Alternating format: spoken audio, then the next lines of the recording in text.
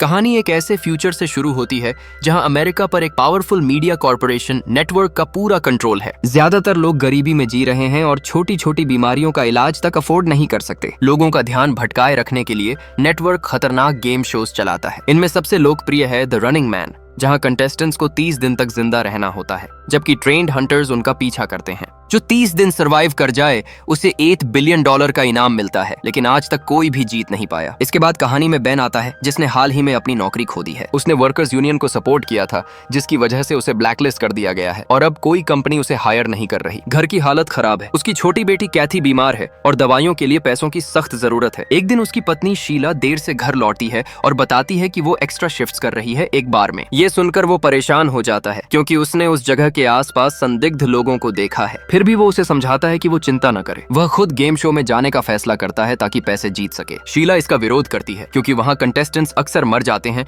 या बुरी तरह घायल हो जाते हैं, लेकिन वह वादा करता है कि वह सेफ रहेगा और कोई आसान शो चुनेगा। इसके बाद वह गरीब इलाके से निकलकर एक अमीर डिस्ट्रिक्ट के गार्डेड एंट्रेंस पर पहुंचता है। गार्ड्स को बताता है कि वह नेटवर्क प्रोग्राम के लिए आया है और उसे अंदर जाने दिया जाता है। वहाँ लंबी लाइन लगी होती है, हर कोई डेस्परेट है चुने जाने के लिए। अचानक एक बुजुर्ग आदमी की हालत खराब हो जाती है, लेकिन वो फिर भी लाइन में खड़ा रहने की जिद करता है। जब वह गिर पड़ता है तो बेन उसे संभालता है और मदद के लिए पुकारता है, लेकिन गार्ड्स उसकी मदद करने के बजाय उसे रूल तोड़ने का आरोप लगाकर पीटते हैं और लाइन से बाहर फेंक देते हैं। बाद में उसे पता चलता है कि उसकी फाइल में वार्निंग डाल दी गई है। गुस्से में वह सामने लगी स्क्रीन तोड़ देता है। इसके बाद उसे एक ट्रैकिंग ब्रेसलेट पहनाया जाता है और एलिवेटर 6 में भेज दिया जाता है, जहां उसकी मुलाकात टिम और जेनी से होती है। फिर शुरू होते हैं selection trials, physical tests, endurance running और अजीब टास्क्स। वह टिम की मदद करता है। एक ब्रेक के दौरान एक गार्ड उसे पनिश करने की कोशिश करता है, लेकिन वह पलटकर उसका सामना करता है और उसे पीछे हटने पर मजबूर कर देता है। आगे साइकोलॉजिकल टेस्ट्स होते हैं, जहां उसके जवाब काफी अग्रेसिव और ऑनेस्ट होते हैं। साइकोलॉजिस्ट उसे सबसे अनस्टेबल और रिबेलियस कंटेस्टेंट डिक्लेयर करता है। जो लोग फाइनल सिलेक्शन पास करते हैं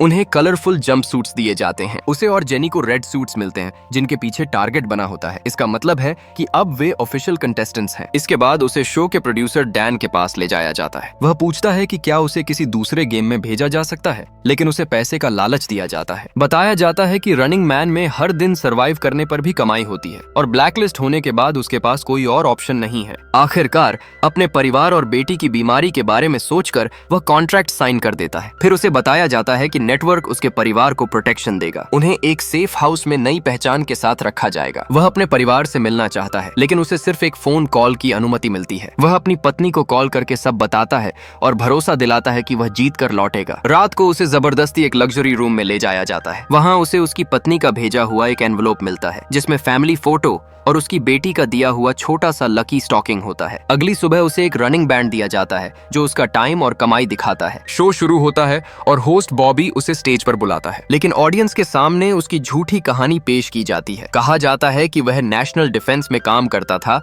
और देश के राज बेचने के आरोप में पकड़ा गया। इसके सपोर्ट में AI से बना फेक वीडियो भी दिखाया जाता है। यहीं से शुरू होता है उसका असली खेल, जिंदगी और मौत के बीच। बेन बार बार भीड़ से कहता है कि वो इस झूठ पर भरोसा न करें, लेकिन बॉबी उसे पूरी तरह इग्नोर कर देता है। बाहर की दुनिया के लिए द रनिंग मैन को डेंजरस क्रिमिनल्स की सजा के रूप में दिखाया जाता है, जबकि सच्चाई ये है कि ये लोग बस अपने परिवार के लिए जान जोखिम में डालने वाले आम नागरिक हैं। दर्शकों को भी पैसे मिलते हैं अगर वे किसी कंटेस्टेंट की लोकेशन रिपोर्ट करें। जब बॉबी उससे लास्ट वर्ड्स पूछता है तो वो गुस्से में होस्ट और क्राउड दोनों को इंसल्ट करता है। वह साफ कहता है कि वो जिंदा रहेगा और पूरे सिस्टम को खत्म करके रहेगा। इसके बाद रूल्स एक्सप्लेन किए जाते हैं। हर कंटेस्टेंट को कुछ एडवांस कैश और 12 घंटे का हेड स्टार्ट दिया जाता है, जिसमें वे कहीं भी छिप सकते हैं। अगले दिन 5 प्रोफेशनल हंटर्स छोड़े जाएंगे। हर दिन कम से कम 10 मिनट की रिकॉर्डिंग जमा करना जरूरी है, वरना पेमेंट बंद हो जाएगी, लेकिन हंट जारी रहेगा। तीनों कंटेस्टेंट्स को अलग अलग एलिवेटर से एक अंधेरे कमरे में ले जाया जाता है। वहाँ उसे कैमरा, पैसे और नॉर्मल कपड़े दिए जाते हैं। वह जल्दी से चेंज करके बाहर निकल जाता है और सीधे एक टैक्सी पकड़ता है। ड्राइवर उसे पहचान लेता है और फोटो मांगता है। मना करने पर उसका बिहेवियर हॉस्टाइल हो जाता है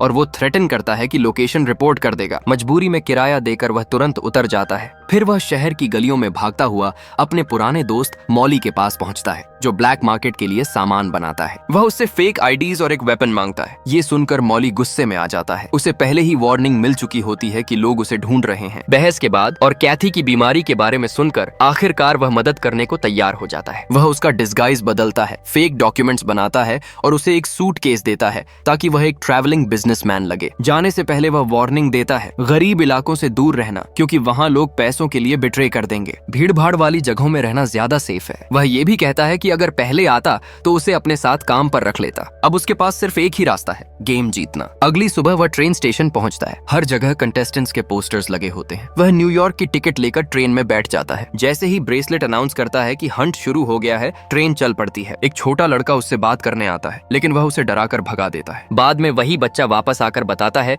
कि उसने अपनी मुस्ताश बढ़ानी शुरू कर दी है। न्यूयॉर्क पहुंचकर वह एक अच्छा होटल रूम लेता है। रिसेप्शनिस्ट नोटिस करता है कि आईडी में आदमी के पास मुस्ताश है, लेकिन उसके चेहरे पर नहीं। कमरे में जाकर वह डिस्गाइज हटाता है और वॉल्स कवर करके खुद को सोते हुए रिकॉर्ड करता है। शाम को वह टेप जमा कर देता है और रात को ब्रेसलेट अनाउंस करता है कि उसने पहला दिन सक्सेसफुली सरवाइव कर लिया है। इसी बीच हंटर्स मॉली को पकड़ लेते हैं और टॉर्चर करके फेक आईडी का नाम निकलवा लेते हैं। अगले दिन वे होटल रूम में घुसकर उसे गोली मार देते हैं, लेकिन अचानक वह जाग जाता है। ये सब एक नाइटमेयर था। टीवी पर लाइव फुटेज दिखाया जाता है। टिम एक स्टोर क्लर्क से फ्लर्ट कर रहा होता है। कैमरा क्रू उसके पीछे पीछे चल रही होती है। जैसे ही वो बाहर निकलता है, हंटर्स उसे तुरंत लोकेट कर लेते हैं और बिना किसी हेजिटेशन के सिर में गोली मार देते हैं। ये सब देखकर वह समझ जाता है कि कोई भी सेफ नहीं है। वह तुरंत होटल बदलता है और 3 दिन का स्टे लेता है। अपना सामान एक साधारण बैग में डालकर खिड़की से कूड़ेदान में फेंक देता है। फिर कामली बाहर निकलता है जैसे कुछ हुआ ही नहीं। बाहर जाकर बैग उठाता है और बॉस्टन जाने वाली बस पकड़ लेता है। बॉस्टन पहुंचकर वह पुराने फटे हुए कपड़े खरीदता है और एक गरीब आदमी से हॉस्टल की चाबी लेता है। चुपचाप अंदर जाकर एलिवेटर में चढ़ता है, लेकिन उसे आउट ऑफ सर्विस का साइन दिखता नहीं। एलिवेटर बीच में ही रुक जाता है। उसे मजबूरी में बाहर निकलकर ऊपर चढ़ना पड़ता है और किसी तरह तीसरी मंजिल तक पहुंचता है, जहां उसका कमरा होता है। कमरे की अलमारी में रखे एक बॉक्स के अंदर उसे च्यूइंग गम, सिगरेट्स और एक ग्रेनेड मिलता है। वह अपनी डेली रिकॉर्डिंग करता है। ब्रेसलेट उसे याद दिलाता है कि टेप जमा करनी है, लेकिन नीचे कलेक्शन बॉक्स के पास बहुत भीड़ है। वह शेयर्ड बाथरूम में जाता है शावर लेने के लिए। तभी उसे याद आता है कि बाहर खड़े लोगों में से एक चेहरा जाना पहचाना था। वह एक हंटर था और अब और भी हंटर्स आ रहे थे। अचानक कोई बाथरूम का दरवाजा खोलता है तो वह तुरंत छिप जाता है। हंटर्स तीसरी मंजिल पर पहुंचकर रूम्स चेक करने लगते हैं। जैसे ही वे आगे बढ़ते हैं, वह बाहर निकलता है। खिड़की से बाहर देखने की कोशिश करता है, लेकिन वो सील्ड होती है। बिना बैग के उसके पास भागने का कोई आसान तरीका नहीं होता। वह दीवार से एक आयरन रॉड निकालता है और कांच तोड़ देता है। फिर च्यूइंग गम से ग्लास के टुकड़े रॉड पर चिपका देता है। एक तरह का इम्प्रोवाइज्ड वेपन बना लेता है। अब हॉलवे में वह मिरर की मदद से हंटर्स की मूवमेंट ट्रैक करता है। जैसे ही वे उसके कमरे में घुसने वाले होते हैं, वह सीढ़ियों की तरफ भागता है और चिल्लाता है कि टीवी वाला आदमी दूसरी मंजिल पर भाग गया। हंटर्स तुरंत नीचे की ओर भागते हैं और इसी डिस्ट्रैक्शन का फायदा उठाकर वह ऊपर छत तक पहुंच जाता है। छत से वह एक फ्लैशिंग साइन की केबल पकड़कर नीचे उतरने लगता है। वह अपने कमरे तक पहुंचता है, खिड़की तोड़कर अंदर घुसता है। कांच टूटने की आवाज सुनकर हंटर्स वापस मुड़ते हैं। वह जल्दी जल्दी कपड़े पहनता है और सामान उठाता है। बाहर से गोलियों की आवाज आने लगती है। वह खिड़की से कूदकर दूसरी केबल पकड़ लेता है। लटकता हुआ साइन खतरनाक तरीके से हिलने लगता है। नीचे एक हंटर उसका इंतजार कर रहा होता है। कोई रास्ता न देखकर वह पास के कमरे की खिड़की तोड़कर अंदर कूद जाता है। नेटवर्क का ड्रोन उसकी हर मूवमेंट ट्रैक कर रहा होता है। वह कॉरिडोर में दौड़ता है जबकि हंटर्स उस पर गोली चला रहे होते हैं। वह एलिवेटर तक पहुंचता है। ड्रोन को पकड़कर कंट्रोल पैनल में दे मारता है। लाइव फीड कट जाती है और एलिवेटर सिस्टम रीसेट हो जाता है। लॉबी में एक हंटर उस पर झपटता है। वह ग्रेनेड निकालकर सीलिंग के छेद से ऊपर फेंक देता है। जोरदार ब्लास्ट होता है और एलिवेटर गिरकर बेसमेंट में जा गिरता है। अब उसके पास सिर्फ एक मैच बॉक्स बचती है। वह मैगजीन के पन्ने फाड़कर आग जलाता है ताकि रास्ता दिखे। चलते चलते गलती से एक रस्सी में आग लग जाती है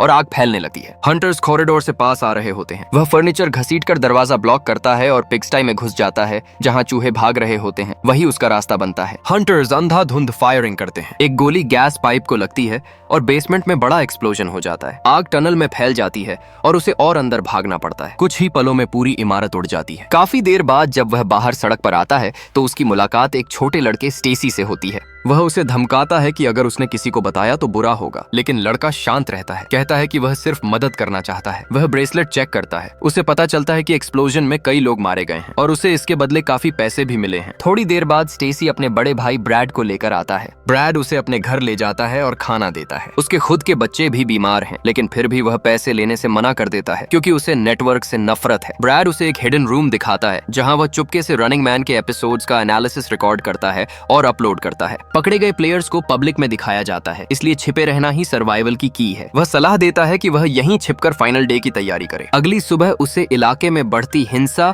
और लोगों की हालत का पता चलता है। सरकार कुछ नहीं कर रही, बस सब छुपा रही है। गुस्से में वह एक मैसेज रिकॉर्ड करता है जिसमें सरकार पर बच्चों की मौत का आरोप लगाता है और कहता है कि सत्ता में बैठे लोगों को आम जनता की कोई परवाह नहीं। लेकिन ब्रॉडकास्ट के दौरान बॉबी कुछ बच्चों के साथ आता है और दावा करता है कि ये एक्सप्लोजन में मारे गए लोगों के अनाथ हैं। वह उसके मैसेज को एडिट करके ऐसे दिखाता है जैसे वह बच्चों का मजाक उड़ा रहा हो। वह समझाने की कोशिश करता है कि फुटेज फेक है, लेकिन ब्रैड की माँ गुस्से में उसे घर से निकाल देती है। फिर भी ब्रैड और स्टेसी उसका साथ देते हैं। वे उसे कार के ट्रंक में छुपा देते हैं और शहर से बाहर ले जाने लगते हैं। सब कुछ नॉर्मल लग रहा होता है, तभी अचानक गोलियों की आवाज आती है। दो बाइकर्स उनका पीछा कर रहे होते हैं और ट्रंक पर फायरिंग शुरू कर देते हैं। वह ट्रंक खोलता है और एक टूल उठाकर सीधे एक बाइकर के चेहरे पर फेंक देता है। वह तुरंत गिर जाता है। दूसरा बाइकर लगातार फायरिंग करता रहता है। वह तुरंत ट्रंक के अंदर झुक जाता है। तभी ब्रैड जोर से ब्रेक लगाता है। बाइकर्स समय पर रुक नहीं पाते और सीधा गाड़ी से टकरा जाते हैं। अगले ही पल ब्रैड गाड़ी आगे बढ़ाकर दोनों को कुचल देता है और वहां से निकल जाता है। शहर के बाहर वह उसे उतारता है, एक गन देता है और अपने दोस्त एल्टन का एड्रेस लिख कर देता है। थोड़ी देर की ट्रेन जर्नी के बाद वह एक और होटल में छिप जाता है। वहां टीवी पर अपनी लेटेस्ट टेप देखता है। उसे पता है कि नेटवर्क वैसे भी फुटेज को मैनिपुलेट करेगा, इसलिए उसने बस खुद को किताब पढ़ते हुए रिकॉर्ड किया था। उसी दौरान जेनी की टेप भी दिखाई जाती है जिसमें वह नाइट क्लब में पार्टी करती दिखती है। बाद में वह डिस्गाइज पहनकर टेप जमा करने जाता है। वहां खड़ा एक मेलमैन उस पर शक करने लगता है। वह पास आकर कैजुअली बात करने के बहाने सीक्रेटली उसे रिकॉर्ड करता है। अचानक वह उस पर हमला करता है। टेप जल्दी से बॉक्स में डालता है और भाग जाता है। मेलमैन उसका पीछा करता है। वह ट्रैक्स पर दौड़ता है, जंगल पार करता है, फेंस कूदता है और एक चलती ट्रेन पर चढ़ जाता है। पीछे से गोली चलती है, लेकिन वह बच निकलता है। कुछ समय बाद वह खुद को एक लंगड़े आदमी के रूप में डिस्गाइज करता है। वह लंगड़ाते हुए एक भीड़ में घुल मिल जाता है जहां लोग स्ट्रीट परफॉर्मेंस देख रहे होते हैं। इसी बीच जेनी को एक कसीनो में पकड़ लिया जाता है। वह कार से भागने की कोशिश करती है, लेकिन दो लोग गाड़ी में आग लगा देते हैं। वहीं उसकी मौत हो जाती है। आखिरकार वह एल्टन से मिलता है। एल्टन अपनी माँ के साथ रहता है और पहले ही वार्निंग देता है कि उसकी माँ मेंटली अनस्टेबल है, उसकी हरकतों पर रिएक्ट मत करना। वह उसे एक हिडन रूम में ले जाता है जहां वह सीक्रेटली नेटवर्क के खिलाफ पैम्फलेट्स छापता है। वह बताता है कि उसके पिता एक पुलिस ऑफिसर थे जिन्हें सिस्टम के खिलाफ बोलने पर उनके ही साथियों ने मार दिया। तभी से वह रेबल बन गया। एल्टन एक बड़ा सच बताता है। देश भर के स्ट्रीट लैंप्स में स्कैनर्स लगे हैं जो डीएनए तक डिटेक्ट कर सकते हैं, इसलिए उसे अंडरग्राउंड रहना होगा। वह बताता है कि उसके पिता ने कोल्ड वॉर के समय एक बंकर बनाया था। प्लान ये है कि वह वहां छिपकर फाइनल डे तक सरवाइव करे, साथ ही जीतने के बाद रेबल न्यूज़लेटर को फैलाने में मदद करे।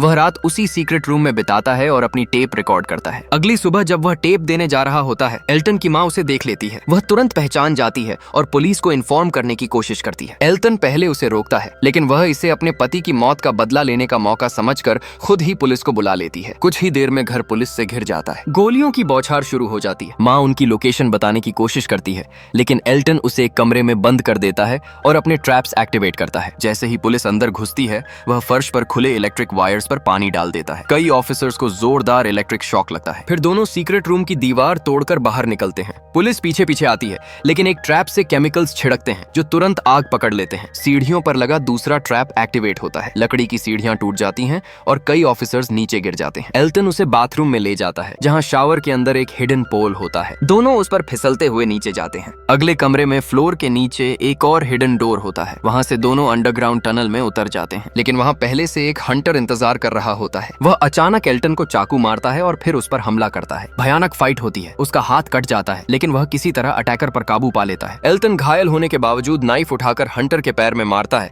जिससे वह गिर जाता है। तभी उस हंटर को डैन का कॉल आता है। डैन सीधे उससे बात करना चाहता है। वह पूछता है, जब उनके पास इतनी एडवांस टेक्नोलॉजी है तो पूरा शो फेक क्यों नहीं बना देते? डैन जवाब देता है, उन्होंने ये सोचा था, लेकिन कंप्यूटर जनरेटेड लोग उतने एंटरटेनिंग नहीं होते। उनमें असली इमोशंस और पर्सनैलिटी नहीं होती। फिर डैन आदेश देता है कि वह हंटर को मार मार दे ताकि ड्रोन उसे कैप्चर कर सके और रेटिंग्स बढ़े। वह मना कर देता है। उल्टा वह गन उठाकर ड्रोन को ही हवा में उड़ा देता है। इसके बाद दोनों टनल से निकलकर एक कार के दरवाजे से बाहर आते हैं और भागते हैं। वे जंगल की तरफ दौड़ते हैं, लेकिन ऊपर से हेलीकॉप्टर उनका पीछा कर रहा होता है। एल्टन उसे कहता है कि उसे छोड़कर अकेले शेल्टर तक पहुंच जाए। वह कुछ जवाब दे पाता उससे पहले ही हेलीकॉप्टर से स्नाइपर शॉट आता है। गोली सीधे एल्टन के सिर में लगती है और वह वहीं मर जाता है। चारों तरफ हंटर्स उसे घेर लेते हैं। उन्हें सख्त आदेश है, उसे मारना नहीं है। नेटवर्क उसे जिंदा पकड़कर कैमरा पर एग्जीक्यूट करना चाहता है। पास खड़ी एक गाड़ी में पहले से एक्सप्लोजिव्स लगाए गए थे। वह उसे लेकर सीधे पुल पर चढ़ता है और आखिरी पल में कूद जाता है। गाड़ी एक हंटर से टकराकर जोरदार धमाके के साथ फट जाती है। वह नीचे नदी में गिरता है। ब्रेसलेट तुरंत कंफर्म करता है कि उसे एक और हंटर मारने का बोनस मिल गया है। वह किसी तरह गांवों और खेतों से होते हुए बंकर तक पहुंचता है, लेकिन वहां पहुंचकर उसे पता चलता है कि सरकार ने उसे तोड़कर नई सिटी बना दी है। अब उसके पास कोई सेफ जगह नहीं बचती। मजबूरी में वह एक सुनसान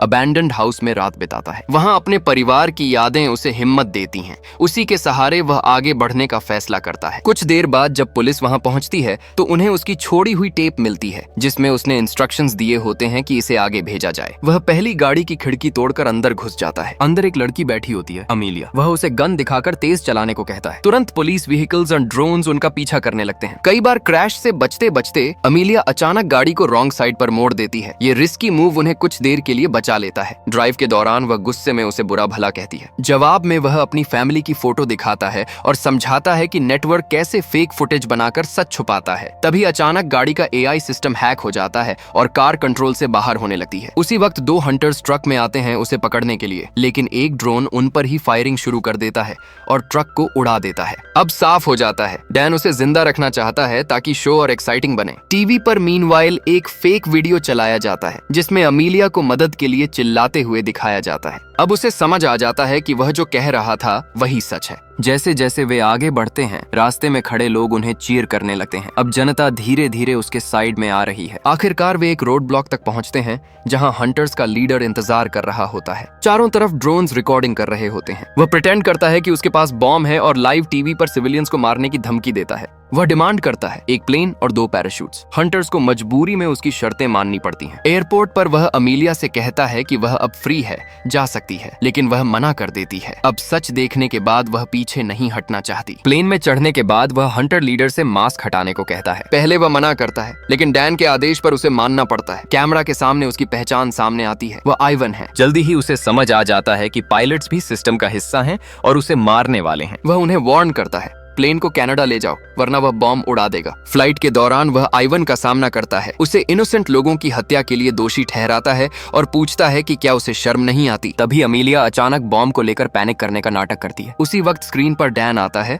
और अनाउंस करता है कि प्लेन स्कैन किया जा चुका है, कोई बॉम्ब नहीं है। आइवन गन उठाता है उसे मारने के लिए, लेकिन पायलट्स अपनी गन्स इवन पर तान देते हैं। डैन उसे डांटता है, कहता है कि उसे कैमरा पर ड्रामेटिक तरीके से मारा जाना चाहिए था। फिर वह उससे प्राइवेट कांटेक्ट करता है और डील ऑफर करता है। अगर वह आइवन और पायलट्स को मार दे तो उसे नया हंटर बना दिया जाएगा, हर साल करोड़ों कमाएगा। वह बिना सोचे मना कर देता है। तभी डैन एक वीडियो दिखाता है, शीला और कैथी को हंटर्स ने मार दिया है। ये देखकर वह पूरी तरह टूट जाता है, गुस्से में चीखता है और सामने की स्क्रीन तोड़ देता है। अमीलिया दूसरी स्क्रीन ऑन करती है। बॉबी लाइव ब्रॉडकास्ट कर रहा होता है। वह एडमिट करता है कि हंटर्स ने गुस्से में रूल्स तोड़कर उसके परिवार को मार दिया। अब ऑडियंस पूरी तरह उसके पक्ष में आ जाती है। एक पायलट सिचुएशन बदलते देख गन उठाता है, लेकिन वह पहले ही उसे मार देता है और उसकी बॉडी को शील्ड बना लेता है। दूसरा पायलट अंधाधुंध फायरिंग करता है। कॉकपिट में भयानक फाइट शुरू हो जाती है। वह पूरी ताकत से लड़ता है और एक एक करके रास्ते में आने वाले हर दुश्मन को खत्म करता है। केओस के बीच प्लेन कंट्रोल खो देता है और नीचे गिरने लगता है। काफी स्ट्रगल के बाद वह वेपन उठाकर एक हंटर को सिर में गोली मार देता है। किसी तरह क्रू प्लेन को स्टेबलाइज कर लेते हैं। कुछ देर बाद उसे पता चलता है कि आइवन एक हैच में छिपा हुआ था। वह अचानक बाहर आकर उस पर हमला करता है। एक और खतरनाक फाइट शुरू होती है। गुस्से में वह आइवन का सिर मिरर पर दे मारता है, लेकिन आइवन टूटे हुए कांच का टुकड़ा उठाकर उसके पेट में घोंप देता है। फिर वह सच बताता है, वह खुद कभी कंटेस्टेंट था, 29 दिन तक जिंदा रहा था। इसी वजह से नेटवर्क ने उसे डील देकर हंटर बना लिया। आइवन ठंडे लहजे में बताता है कि नेटवर्क जरूरत पड़ने पर